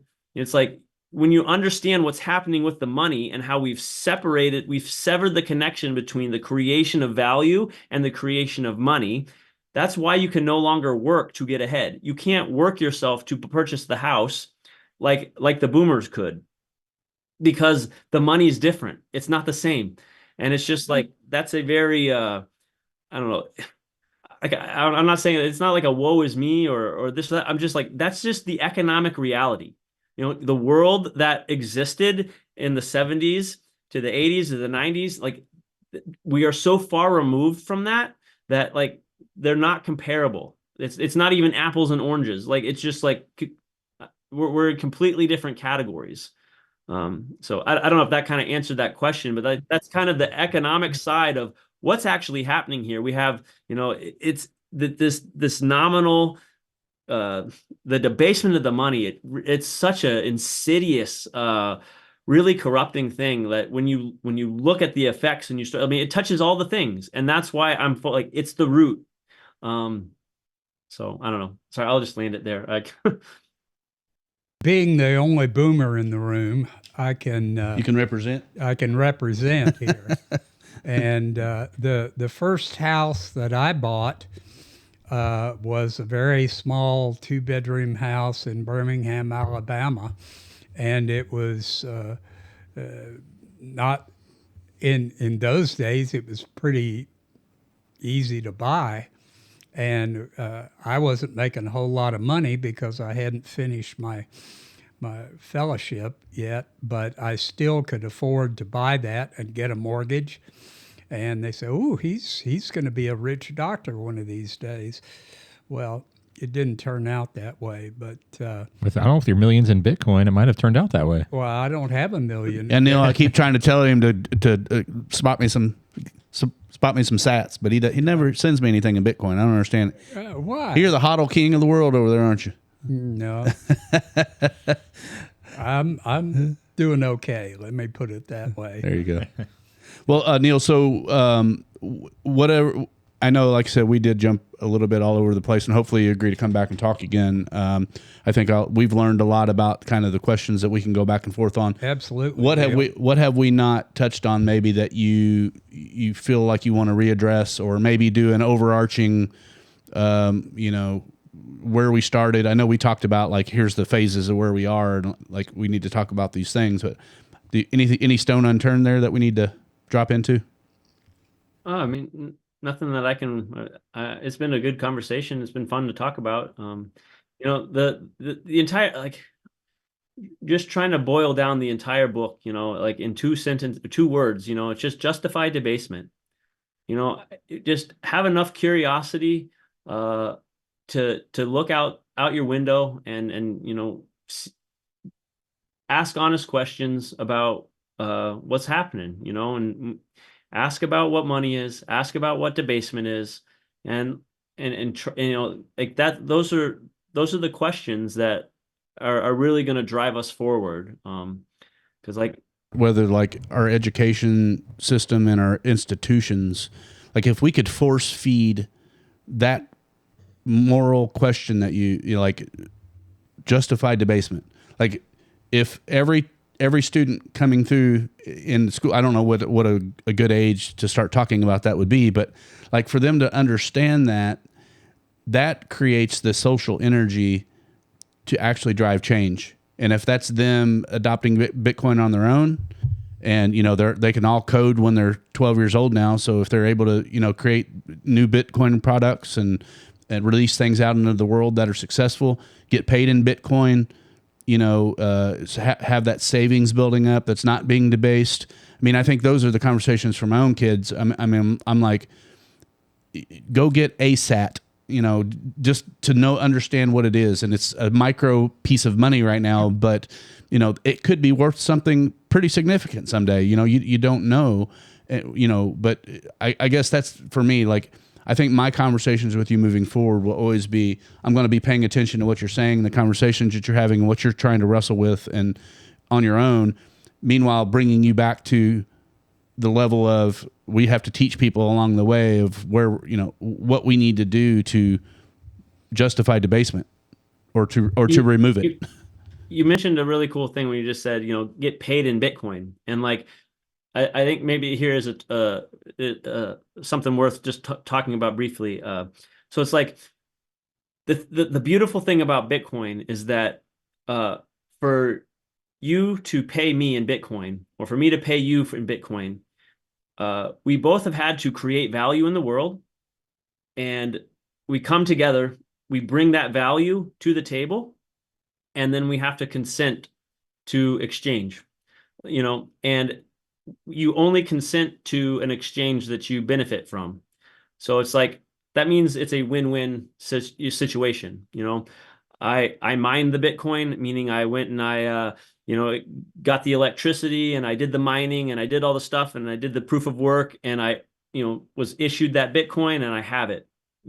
Or you went out and you you got the wheat, and you made bread, and then we're exchanging the bread for Bitcoin. It's like, both of us are better off in that. And that's how that's like the technical mechanism for how you create abundance, these win-win scenarios that are driven by consent of free, dignified human beings.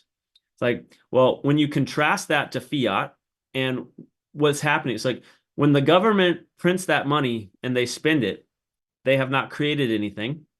They come to the table with nothing, and they're forcing people to accept those dollars and treat them as such. So it's like, those are win-lose scenarios. It's like, when we're in fiat, when we're trading, that's why I like the idea of investing in companies, but I hate trading. I like the horizontal trading of, like, it's just gambling. It's just a casino. It's a win-lose scenario. It cannot be a win-win. Because like, it's just it's you would call it, it's just redistribution. Since no more value is being created in the world, it's just redistributing it amongst partners. And it's like, it's one of my critiques, actually. So it's like, all the capitalists that, they're like, free markets, we love this and that. It's like, but are you creating more value in the world? And if you're a trader, if you're just trading stocks, and you're taking money from other people, and you're coming out ahead, or you're losing money because they're taking it from you, it's like, those are just win-lose scenarios. And I actually I would never say people can't do it, but I'm going to call it what it is. And that's just speculative gambling. It's just a casino, and it doesn't actually make the world a better place. So, you do the gambling and the casino, but I would hope to think that Wall Street's actually for the creation of value, and making companies that make products that make the world a better place. But if you just hit on right there is actually people being forced into doing things that they wouldn't normally do. If you can't make ends meet by doing the thing that you were taught to do, or the thing that you're passionate about doing, then you're going to go trade things. And yeah, I mean, it's unsavory to me. I wouldn't do it. I don't do it, but I know a lot of people that do, and they're good people, and they're not. Yeah, no, I totally understand. So I'm not. It makes sense. Yeah, it makes sense, because you're just trying to keep up. Really, I mean, it's not like a lot of people are out there doing it and getting super wealthy. But there's some that are. I mean, I'm not saying there aren't, but like, at the end of the day, you got to do what you got to do to survive. And like, they're trying to keep their kids from not being slaves of, the thing that they're afraid of. But I really feel, again, me and Dr. Roy and Travis have assembled some dream teams of people in the different things that we talk about. Medical tyranny. We have, and I have an AI chat agent that basically I'll ask questions of, and I've entered 20 different doctors into it and all their content, all their writing and whatever. And I just ask for signals of like, what are they tweeting about? If the next COVID hits something, next COVID or next medical thing hits, what were these people that were raising the red flags when COVID started saying about this particular thing? So we know how to respond based on the people that have gotten it right. I would put you right now, based on everything that I've read and know about you, definitely on my Bitcoin and anti-monetary tyranny dream team, because you are approaching it from, a root cause. You're looking at it from first principles, and that's the only way that we solve it. And, I believe if something like better than Bitcoin came along, which I don't, that would have to be a pretty significant move. You would be one that'd be like, I didn't think it was going to be equal to or greater than Bitcoin, but here it is over here doing what it's doing. I didn't think it was possible, but yet it is. Look, I was wrong. I also have a I was wrong t-shirt that I wear a lot. Yeah. And we just need more of that honest, integrity driven people out there having these conversations. And I greatly appreciate what you're trying to do. Absolutely. Yeah, I love being wrong, because you can just stop. When they point out that you missed something, or there's more to the story, or there's, different, like, you can just stop. You can just incorporate all the truth, back into your worldview and just keep moving. That have the ability to do that rapidly. I mean, those are the people that I want to trust first. Like, just tell me where you messed it up. Let's go, And that's kind of even like in the book, I say, so I make the case for the moral imperative, the thing that you have to do, and I make the case that you have to resist slavery, because it's evil. And I don't care how you resist it. I just like, that's the only thing that I'm saying. Like my case is that you have to resist it. If you want to stand as a dignified human being, like you have to go against that. And then Bitcoin is just a tool, it's just, you resist, you use whatever tools are available to you. It's just Bitcoin's just such a powerful tool that is accessible, and, anybody can wield it. So it's just kind of like, I'll show you how a little bit, let you understand the principles for why it's a tool worth using, worth looking into, worth getting curious about. But I mean, if someone doesn't want to use Bitcoin, they don't think it's for them. Like that's their decision. That's their choice. But just, link arms with me in this fight against slavery, fighting debasement. And, that's all I care about. So. They're linked arms with you, and I think Travis and Roy are there with you as well. Remind everybody again, the book is called Modern Chains, and it's available on it's modernchains.com. Is that right? Yep. You can find it there. It's on Amazon. It's on all the normal places. And, I haven't quite figured out exactly all the how to set it up to where it's, people can get the book with Bitcoin. But if you just message me, I'll hook you up. So we'll make it work. But gotta know what your rate's going to be. I don't know. I think you might be stacking them in there. No. So if you want to buy a book for me for Bitcoin, I basically just cover my cost, and like that's enough. Like I don't care. I just don't want to take a loss, but I don't care about cost. And Bitcoin does what it does. It's going to be just fine. It does what it does. Exactly. Well, man, I appreciate it so much. First of all, I appreciate you answering my message first time I reached out to you. I think you were very responsive.